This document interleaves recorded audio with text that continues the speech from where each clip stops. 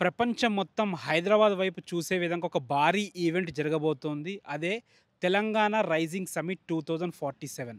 అయితే ఈ ఈవెంట్ వచ్చేసి నెక్స్ట్ మంత్ అంతా డిసెంబర్ 8, 9 జరగబోతుంది.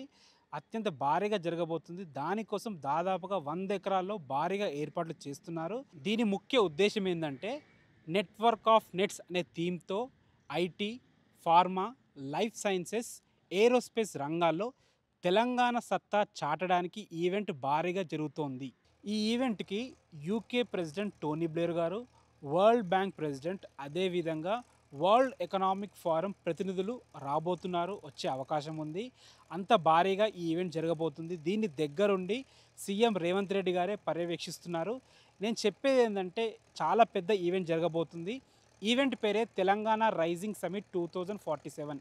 ఈ 20 ఇయర్స్ పీరియడ్‌లో హైదరాబాద్ అన్ని రంగాల్లో, అన్ని దిక్కుల్లో అభివృద్ధి చెందబోతుంది. కాబట్టి ఇదే కరెక్ట్ టైం. ఎక్కడైనా మీరు ఇన్వెస్ట్ చేయాలనుకుంటే హైదరాబాద్‌లో తప్పకుండా ఇన్వెస్ట్ చేయండి. లేట్ చేయొద్దు. మంచి రిటర్న్స్ పొందుతారు ఫ్యూచర్‌లో. Thanks for watching. This is Ranjit Kumar.